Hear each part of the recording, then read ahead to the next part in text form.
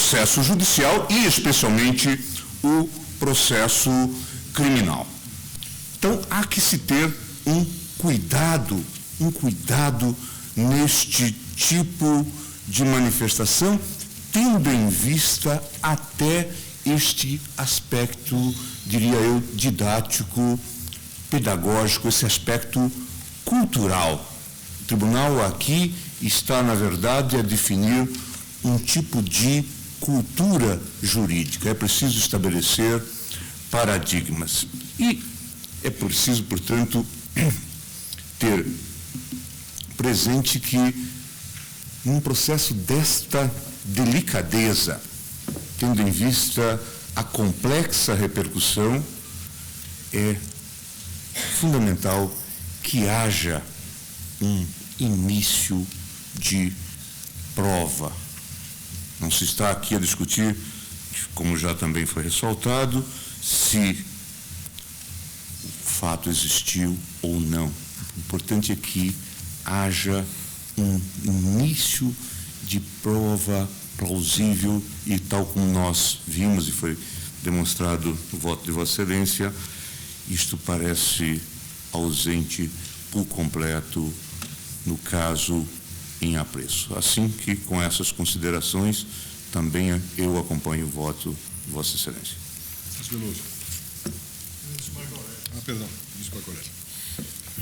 Presidente, imaginei um julgamento bem mais célere, tendo em conta as balizas impostas pelo ordenamento jurídico, já que não estamos em si a apreciar o tema de fundo da própria queixa. Creio que não cabe nesta fase, que é uma fase preliminar, proclamar que a querelante não fez prova dos fatos narrados na inicial. Defrontamos-nos, presidente, com um tipo novo.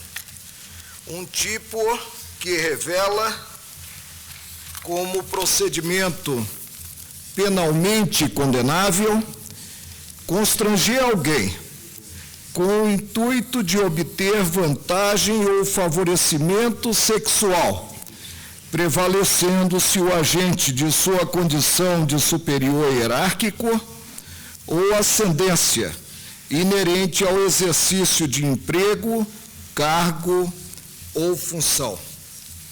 Colho, presidente, do que se contém no artigo 216, a linha A, determinados aspectos, determinados elementos. E aí vejo nessa figura penal, nesse tipo penal, um avanço na cultura, objetivando, muito embora possamos ter como agente o homem ou a mulher, como vítima o homem ou a mulher, a recuperação do que, denominado até mesmo em romance que está em voga, o sagrado feminino. O preceito, o texto legal, direciona a liberdade no trabalho, a liberdade em seu sentido amplo. Mais do que isso, visa preservar a dignidade daquele, não me refiro aqui ao homem ou à mulher, que presta serviço. É um crime, presidente, formal, tendo como núcleo constranger. E aí cabe realmente, como ressaltado no memorial distribuído pelo profissional da advocacia que assiste a querelante, a interpretação sistemática, considerados outros textos do Código Penal, para perquirir-se o alcance do verbo constranger. para delimitar-se a premissa em si da incidência do preceito do artigo 216 do Código Penal. Esse verbo, ao contrário do que ocorre com outros dispositivos, ele não vem com a junção à violência ou à grave ameaça.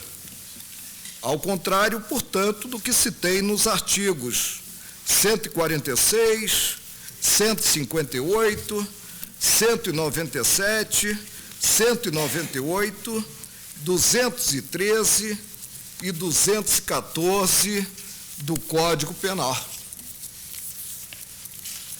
Indo-se a mens legis do preceito, assentamos que constranger é palavra sinônima de tolher a liberdade, é palavra sinônima de importunar, de forçar, de coagir.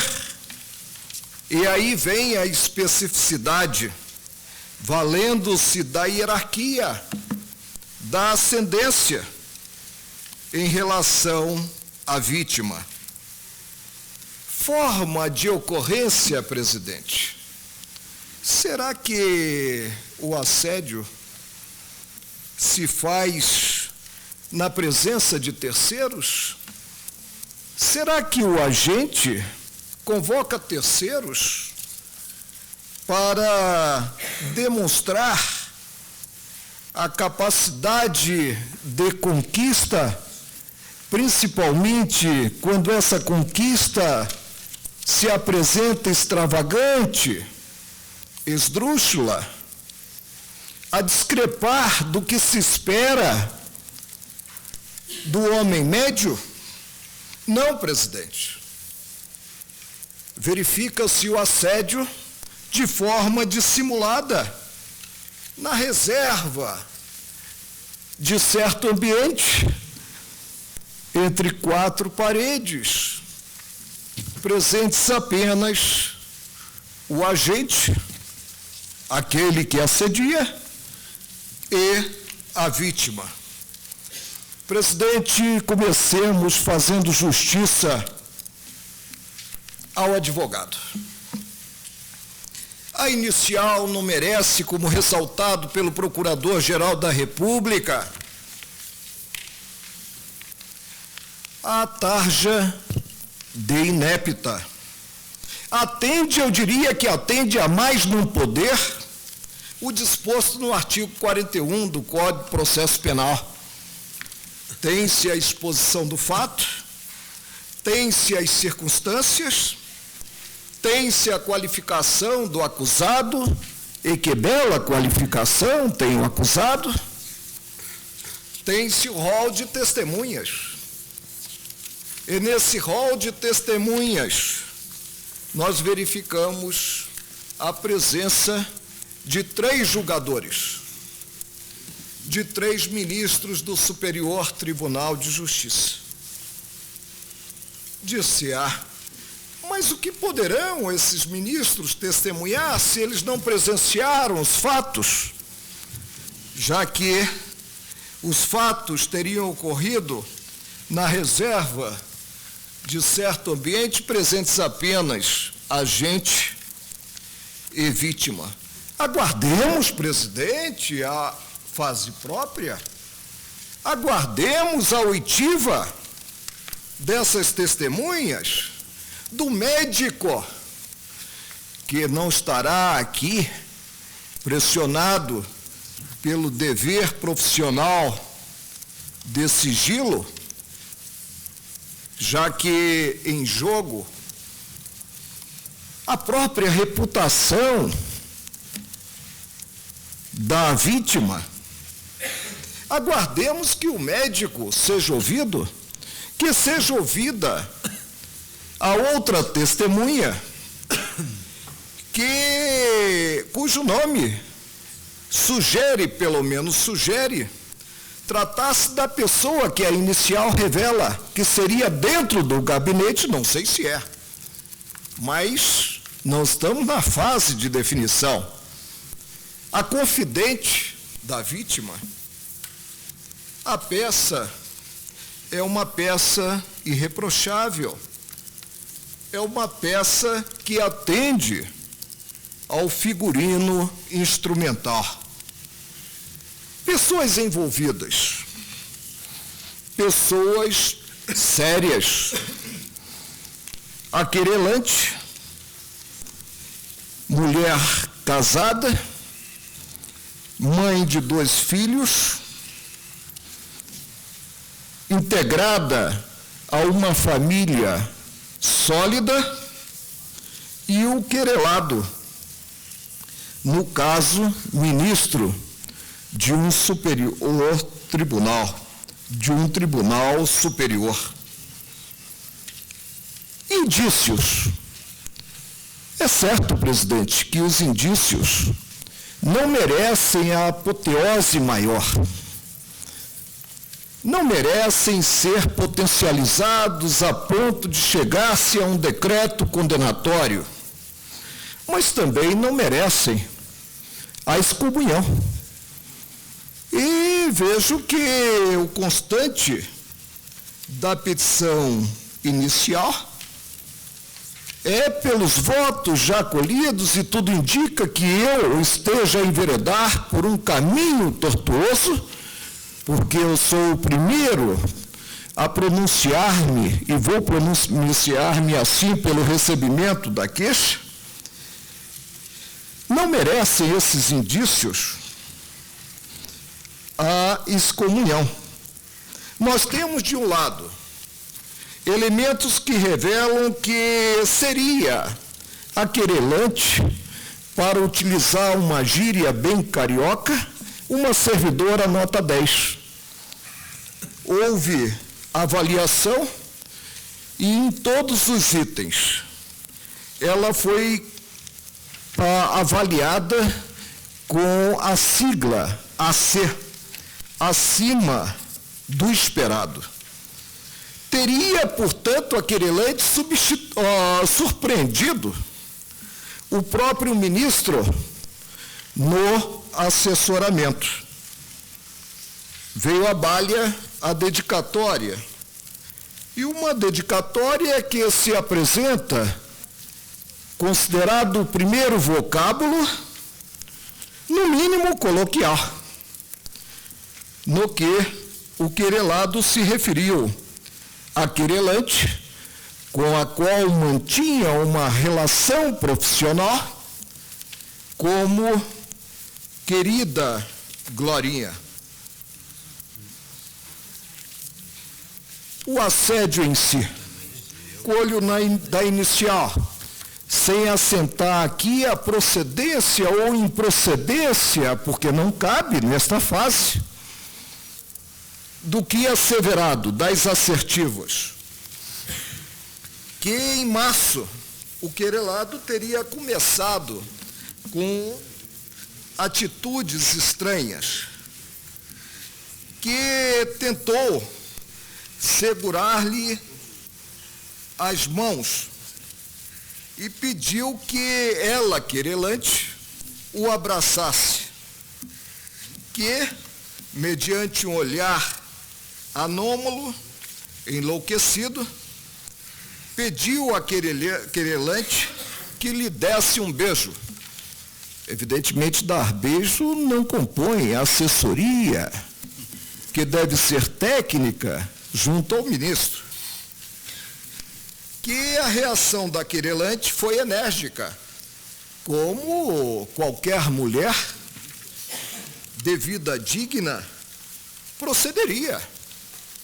Que o querelado se desculpou e passou a evitar estar a sós com ele, ela, querelante. Só falava de tais fatos com uma amiga bem mais velha e experiente, que eu imagino integrada ao gabinete. Em maio de 2003, o querelado são trechos da inicial, para revelar que, de início, os fatos narrados consubstanciam, em tese, a figura penal, que em maio de 2003, o querelado disse à querelante que havia ficado excitado com os tapinhas que esta lhe dera nos ombros. A filha estaria separada e a querelante teria hipotecado solidariedade. Mais adiante, natural que a querelante, vivendo este verdadeiro inferno, e é um verdadeiro inferno, o assédio provoca um verdadeiro inferno, tentando poupar seu marido e seus pais, acabasse por ter a saúde abalada e Vossa Excelência leu quase que um laudo do serviço médico do tribunal recomendando, após uma data em que teria havido uma tentativa, recomendando o afastamento, ou na mesma data da tentativa, o afastamento do serviço por 30 dias. Buscou amparo médico e indicação de tratamento e recomendação de que se afastasse do trabalho pelo prazo de 1 mês. Teria ela revelado, e ela assevera isso na inicial, que estaria sob pressão no serviço? Evidentemente, não está explicitado se ela teria revelado os parâmetros dessa pressão, mas haverá oportunidade para se elucidar esse aspecto. Oportunidade revelada pela instrução que até aqui não houve, por isso não se pode exigir da querelante a prova, instrução da própria ação penal depois de realmente instaurada. Continua a inicial. Neste mesmo dia da ida ao serviço médico, pediu-lhe o querelado que o abraçasse.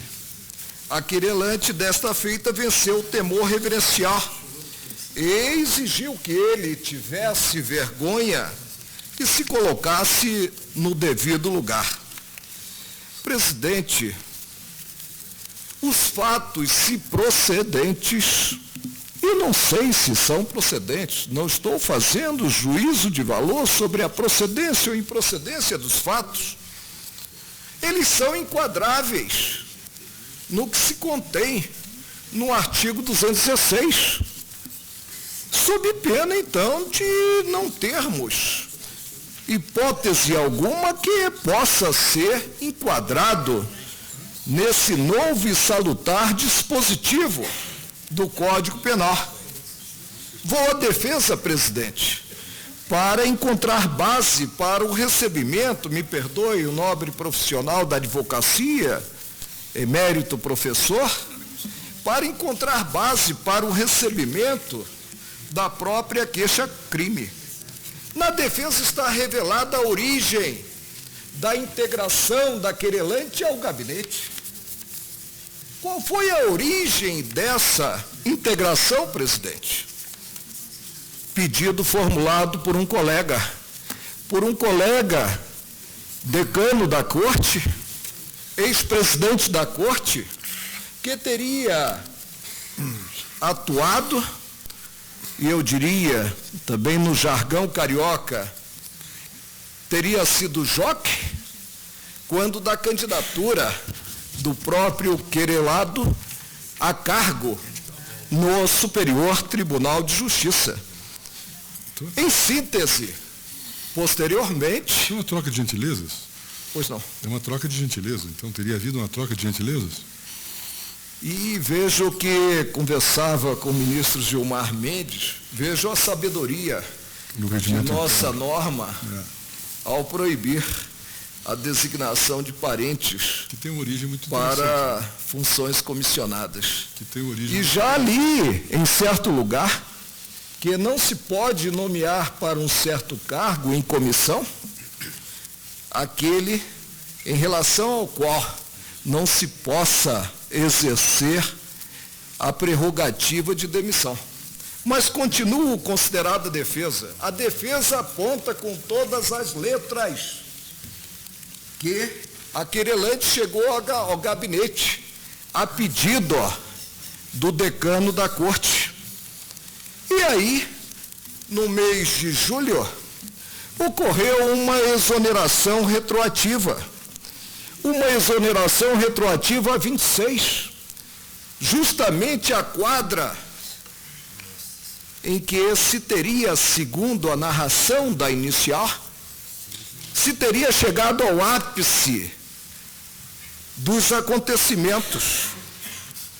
Indaga-se, presidente, houve a participação, aquele que indicara a servidora, de um possível mau gênio dessa servidora, de uma possível falta de adaptação aos serviços, aquele que indicara a querelante, permanecendo na corte, ombreando, portanto, com o querelado, ele foi comunicado da exoneração que ocorreria com eficácia retroativa? A resposta é desenganadamente não, pelo menos presentes as balizas reveladas até aqui, não por elementos probatórios que não são exigíveis nesta fase, mas pela inicial e pela contestação. Presidente, não nos cabe julgar a matéria de fundo. Não nos cabe agora, neste momento, definir a procedência ou a improcedência do que é articulado na inicial. Cabe-nos sim perquirir a seriedade do que consta da inicial. E lembro-me bem que o nobre advogado, admirado por todos e, portanto, alvo de inúmeros sufrágios nesta corte, visando participar do Tribunal Superior Eleitoral, afirmou da tribuna que tudo fez para não chegar ao ajuizamento dessa ação, mas que os fatos se precipitaram quando um certo colunista, que conhecemos, veiculou que haveria uma manobra num verdadeiro certificado de leviandade considerada querelante, para prejudicar-se, simplesmente prejudicar-se o querelado. E aí, evidentemente, só restou a querelante a última trincheira, que é a trincheira revelada pelo judiciário. Presidente, devemos sim, no caso concreto, indagar se ele se enquadra em uma das alíneas ou em um dos incisos do artigo 43 do Código de Processo Penal, esquecendo a capa do processo, esquecendo até mesmo as pessoas envolvidas.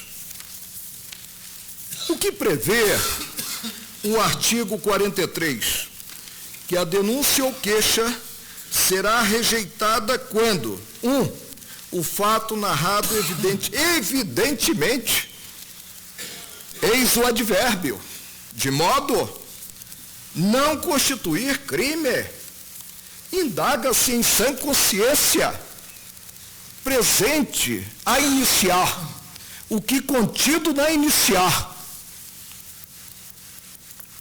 procedente o que é asseverado quanto à conduta do querelado. Tem-se ou não a tipologia do artigo 216 do Código Penal?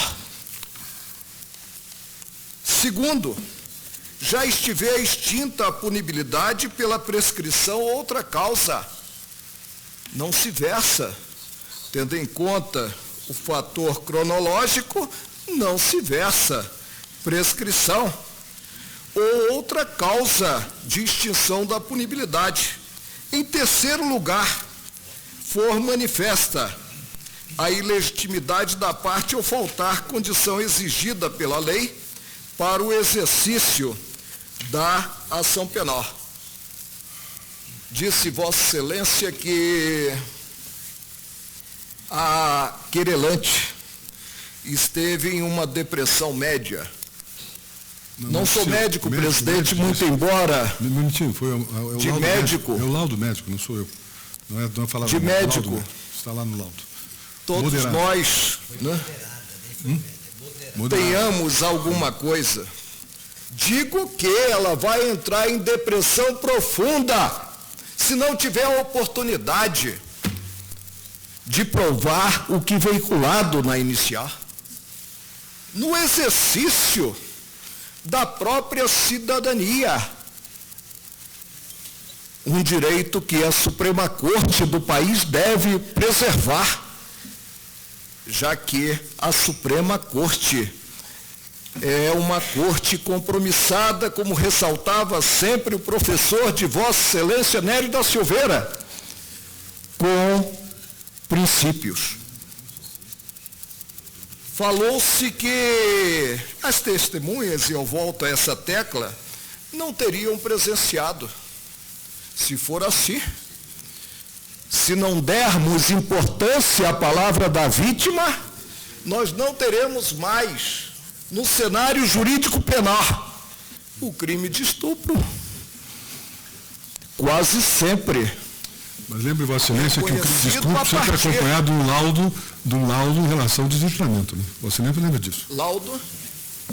Lembre-se, Vossa Excelência, que no crime de estupro há sempre um laudo. Dado a Vossa Excelência, eu já sei a resposta, mas com picardia, se Vossa Excelência estabeleceu e introduziu no processo a fase instrutória. Não, Vossa Excelência está pretendendo isso. Repito, presidente, que se trata de crime que é praticado a sorrelfa. É praticado sem testemunhas. Não trouxe a defesa, eu vi e registrei, elementos, documentos, mas a querelante trouxe documentos para serem conjugados com o que é asseverado na inicial, em termos de aplausos, para chegar-se, pelo menos, à certeza quanto à narrativa que configura o tipo do artigo 216 do Código Penal. A querelante não abandonou o emprego. A querelante persistiu e, como que revelou, talvez por intuição, conhecer o dia a dia do direito americano, mas foi exonerada, e foi exonerada retroativamente, sem que o querelado tivesse comunicado àquele que a indicara que não daria mais para continuar com a relação então estabelecida. Caberia a querelante comunicar ao superior?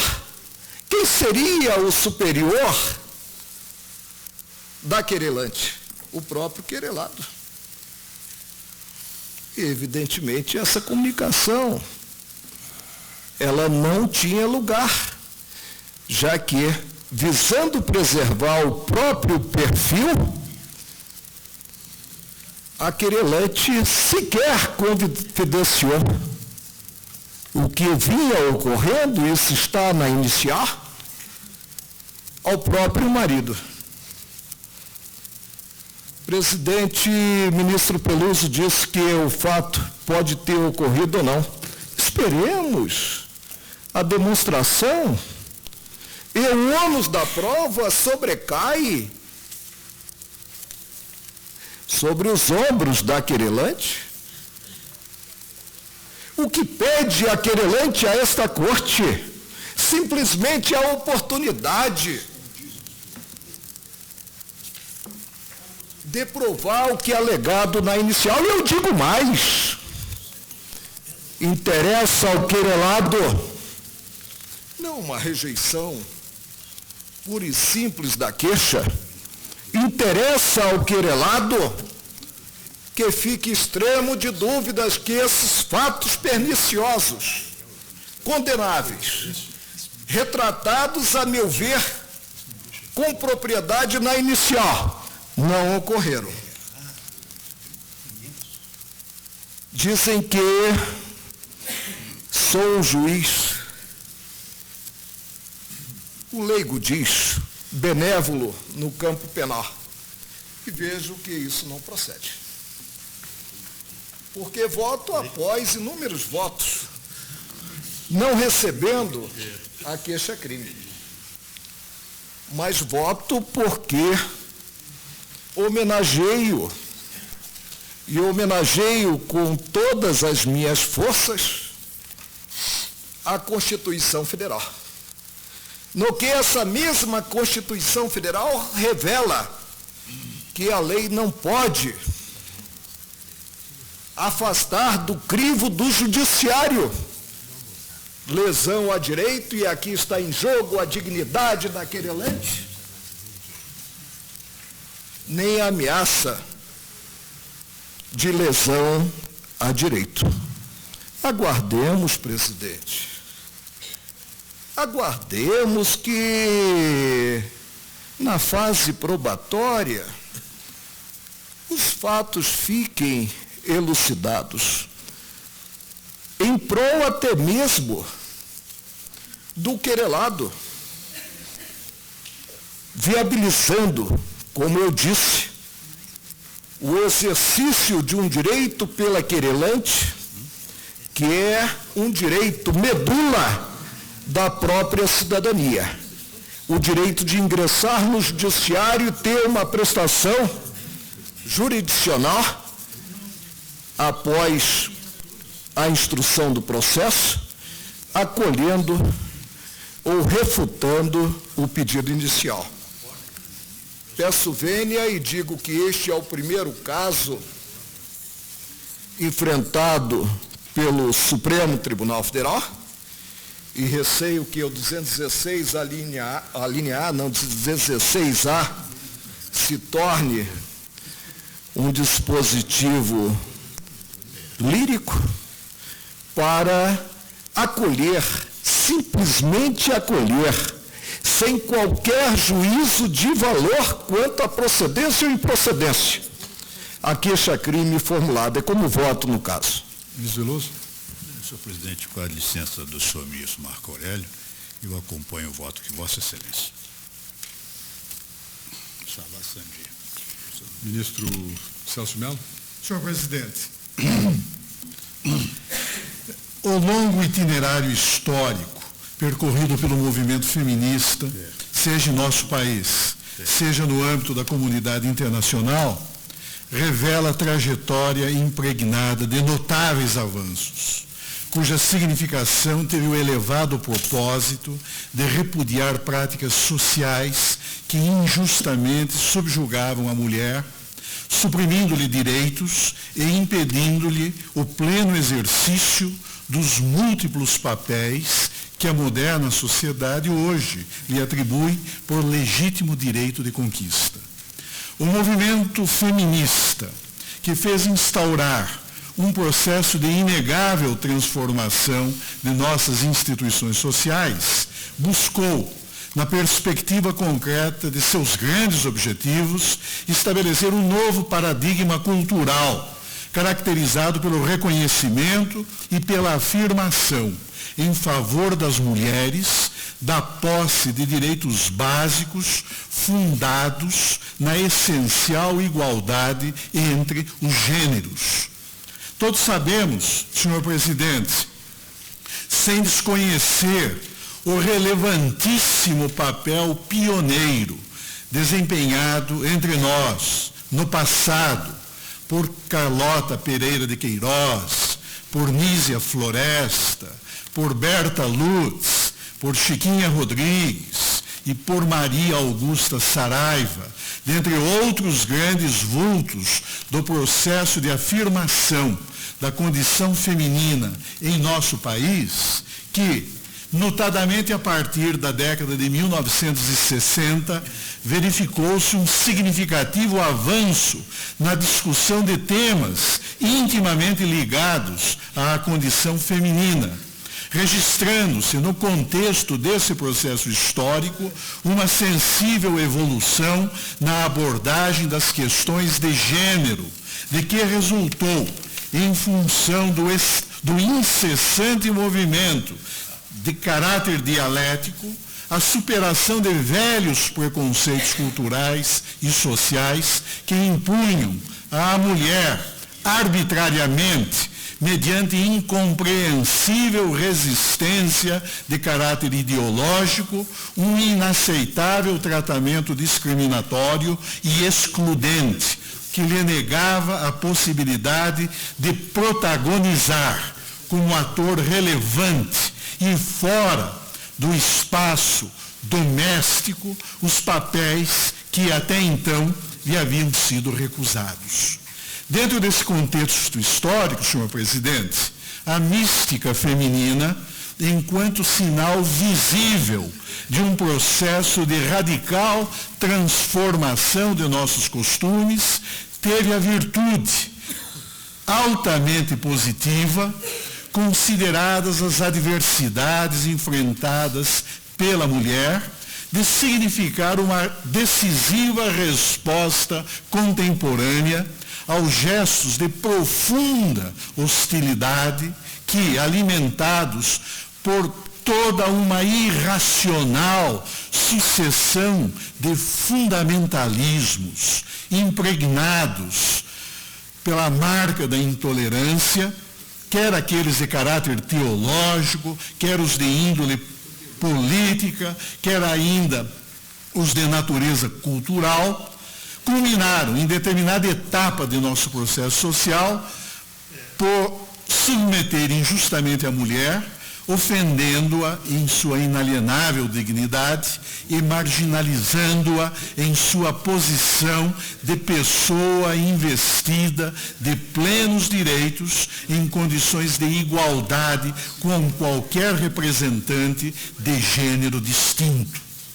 Cabe ter presente bem por isso, neste ponto, senhor presidente, ante a sua extrema importância, a Declaração e Programa de Ação de Viena, adotados pela Conferência Mundial sobre Direitos Humanos, promovida pela Organização das Nações Unidas em 1993, na passagem em que esse instrumento, ao reconhecer que os direitos das mulheres, além de inalienáveis, verbis, aspas, constituem parte integral e indivisível dos direitos humanos universais, fecha aspas, deu expressão prioritária a, aspas, plena participação das mulheres em condições de igualdade na vida política, na vida civil, na vida econômica, na vida social e na vida cultural, nos níveis nacional, regional e internacional.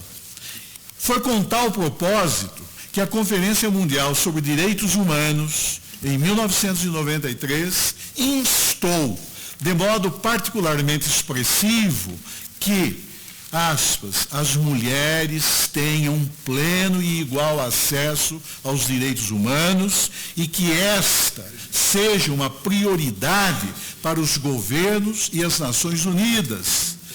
enfatizando ainda a importância da integração e plena participação das mulheres como agentes e beneficiárias do processo de desenvolvimento.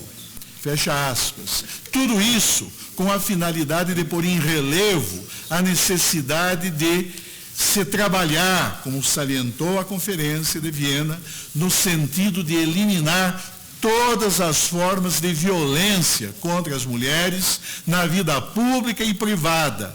E ressaltou-se no documento final da Conferência de Viena, em 1993, no sentido de eliminar todas as formas de assédio sexual, exploração e tráfico de mulheres, de eliminar preconceitos sexuais na administração da justiça e de erradicar quaisquer conflitos que possam surgir entre os direitos da mulher e as consequências nocivas de determinadas práticas tradicionais ou costumeiras, ou do preconceito cultural, ou do extremismo religioso.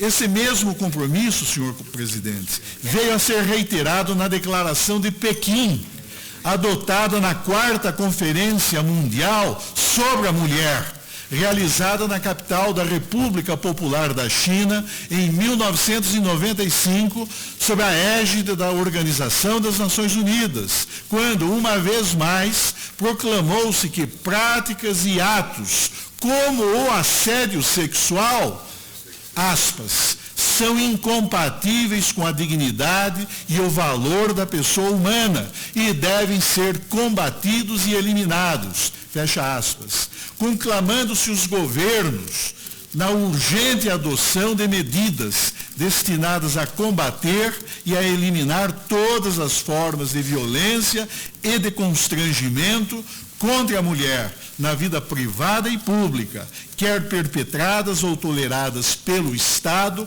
ou por pessoas privadas, especialmente quando tais atos traduzirem abuso de poder, tal como expressamente reconhecido nessa Conferência Internacional sobre a Mulher.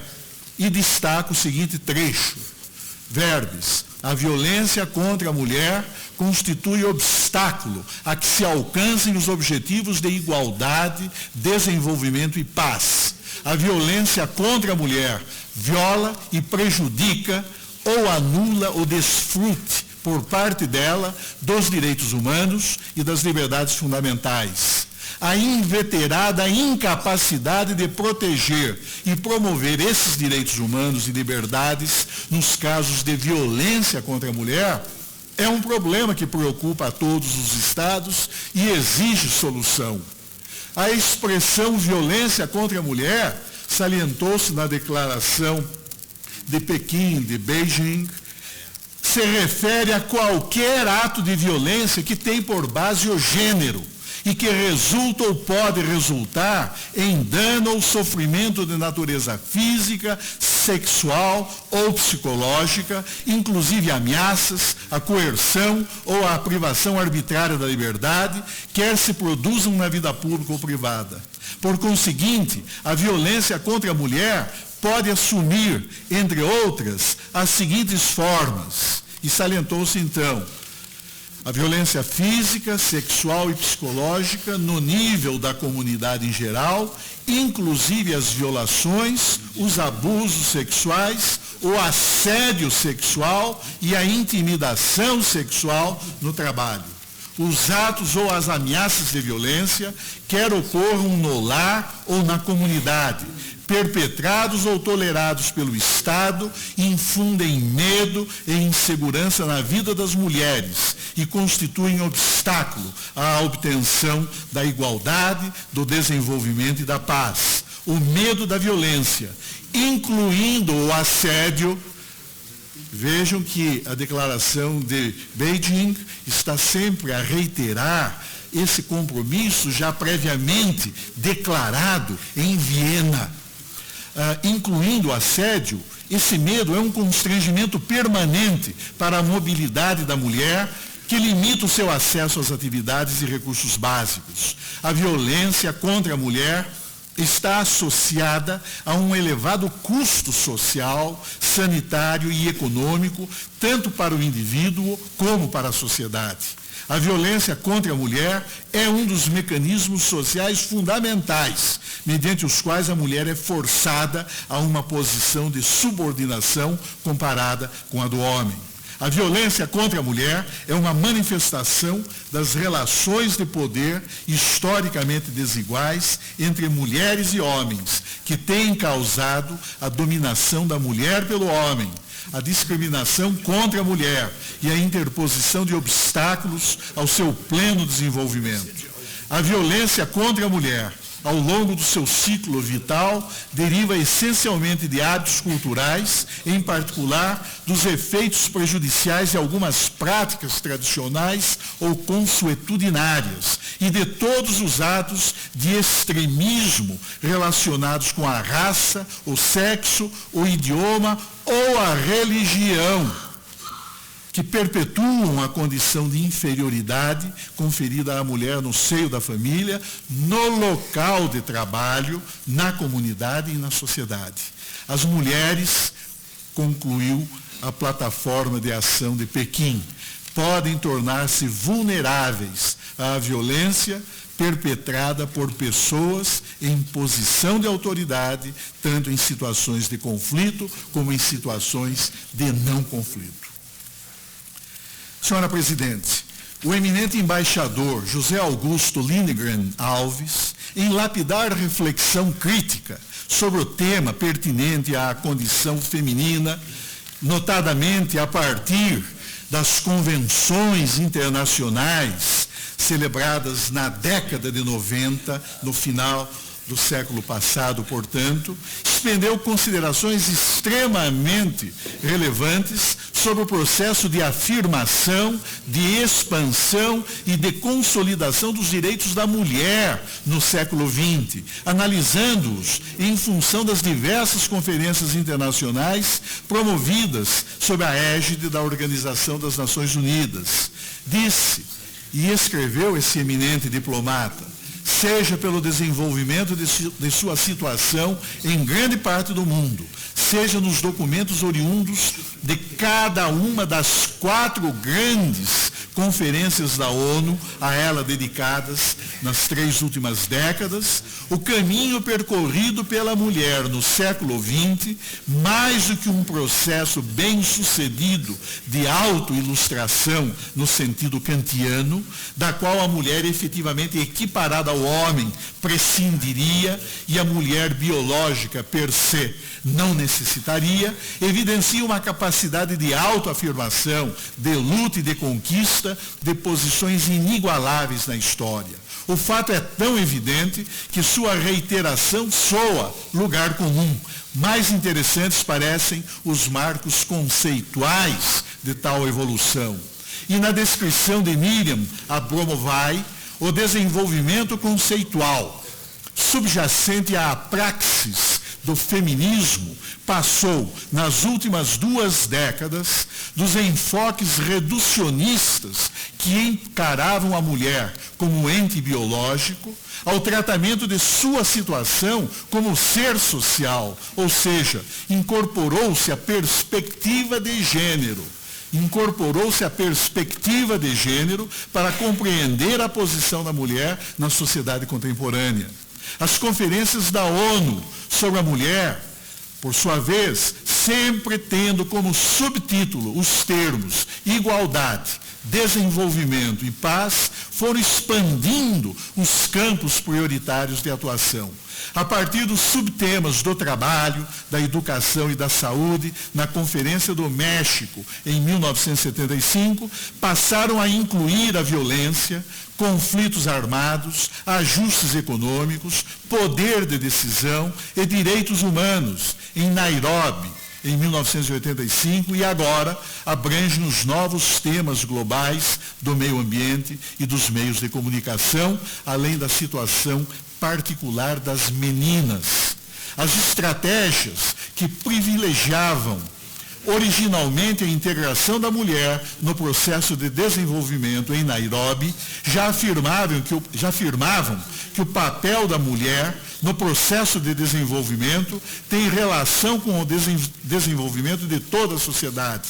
Faziam-no, porém, sem um exame mais detido das relações históricas assimétricas, homem e mulher, que incorporam relações de poder. Em Beijing, as relações de gênero, com seu substrato de poder, passaram a constituir o cerne das preocupações e dos documentos adotados, tendo como asserção fundamental a reafirmação dos direitos da mulher como direitos humanos, e nesses se acham hoje naturalmente incluídos seus direitos e necessidades específicos, particularmente os direitos reprodutivos, os direitos sexuais e os direitos referentes à violência de que são vítimas por indivíduos e sociedades, por efeito de tradições, de legislações e de crenças.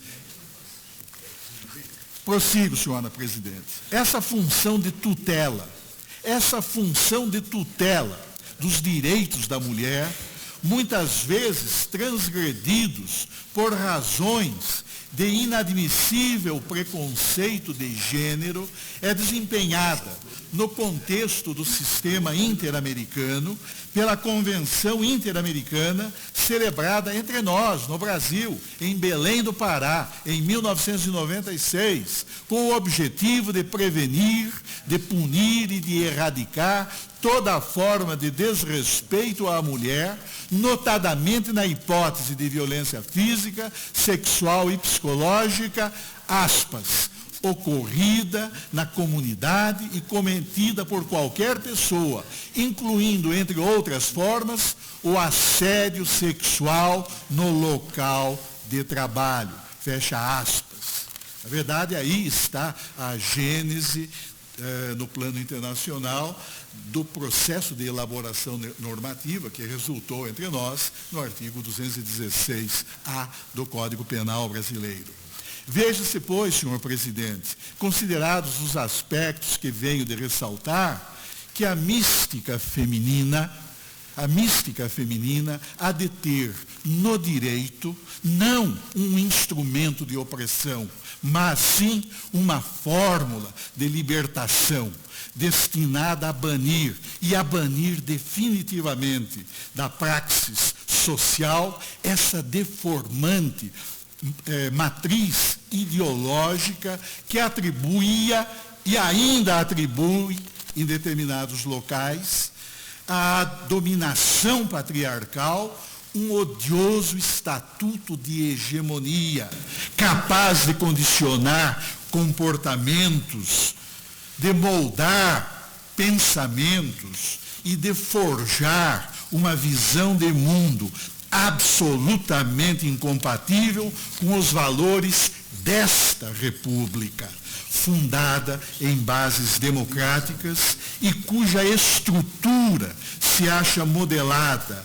dentre outros signos que a inspiram, na igualdade de gênero e na consagração dessa verdade evidente, expressão de um autêntico espírito iluminista, que repele a discriminação e que proclama que homens e mulheres, enquanto seres integrais e concretos, são pessoas igualmente dotadas de razão, de consciência e de dignidade.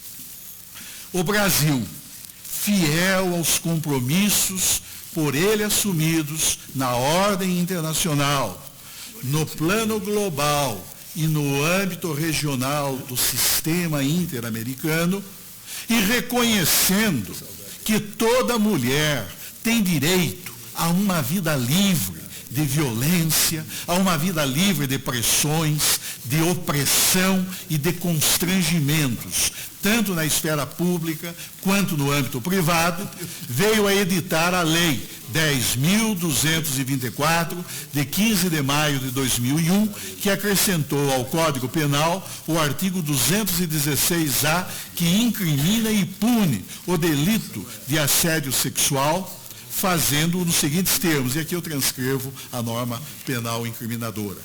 Entendo, senhor presidente, que o advento da Lei 10.224 de 2001 significou uma expressiva tomada de posição por parte do Estado brasileiro, fortemente estimulado no plano ético, jurídico e social, pelo valor primordial que se forjou no espírito e na consciência de todos, em torno do princípio básico, que proclama a essencial igualdade entre os gêneros, numa evidente e necessária reação do ordenamento positivo nacional contra as situações concretas de opressão, de degradação, de discriminação e de exclusão que têm provocado historicamente a injusta marginalização da mulher. Muito significativas no ponto, senhor presidente, as observações feitas pela ilustre Procuradora de Justiça do Estado de São Paulo, doutora Luísa Najib Eluf, para quem, verbes, a importância da incriminação do assédio é reconhecida em todo o mundo civilizado. Trata-se de medida que pode evitar mal maior. Muitos crimes de caráter sexual começam com o assédio e terminam no estupro. A punição do agente, portanto, deve ocorrer antes do agravamento da situação.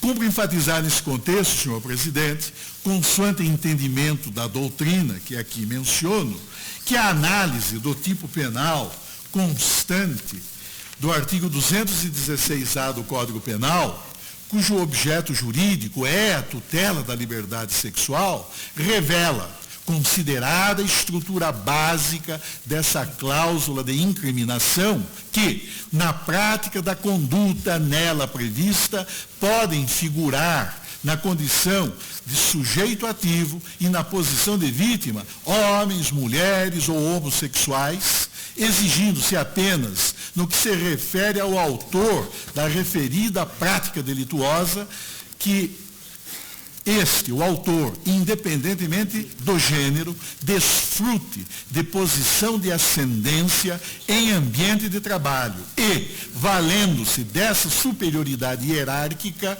submeta a vítima a constrangimentos, importunações, pressões e transtornos decorrentes de comportamentos inadequados, motivados pelo específico intuito de obter vantagem ou favorecimento de natureza sexual. Vê-se, portanto, que aquelas condutas praticadas no ambiente de trabalho ou fora dele, mas sempre motivadas pelo intuito de se obter favores de natureza sexual, mediante indevido ou abusivo aproveitamento ou prevalecimento de relações de poder, qualificadas pela situação de ascendência laboral ou de hierarquia funcional, configuram, em tese, o crime de assédio sexual descrito no artigo 216-A do Código Penal brasileiro.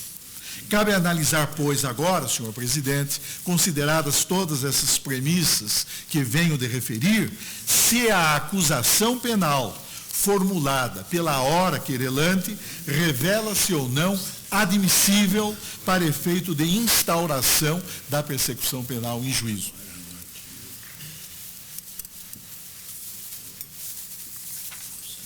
Esse controle prévio de admissibilidade, senhor presidente, que reclama o exame da adequação típica do comportamento atribuído ao acusado, também exige a constatação, ainda que em sede de cognição incompleta, da existência ou não de elementos de convicção mínimos que possam autorizar a abertura do procedimento judicial de persecução penal. Isso significa, portanto, que, ainda que a conduta descrita na peça acusatória possa ajustar-se, em tese, ao preceito primário de incriminação, mesmo assim esse elemento não basta só por si para tornar viável e admissível a imputação penal consubstanciada em queixa-crime ou em denúncia, conforme o caso. A viabilidade da presente queixa-crime, desse modo, senhor presidente, está a depender da análise de questão que reputo de inegável relevância, consistente na identificação ou não de justa causa, apta a legitimar a instauração da presente ação penal, considerados os elementos probatórios que, apresentados pela parte acusadora, destinam-se, ainda que minimamente, a demonstrar a possível e eventual ocorrência no plano fático das condutas narradas pela ora querelante. É preciso ter presente neste ponto, senhor presidente, consideradas as gravíssimas implicações éticas e jurídico-sociais que derivam da instauração contra quem quer que seja, de persecutio criminis, que se impõe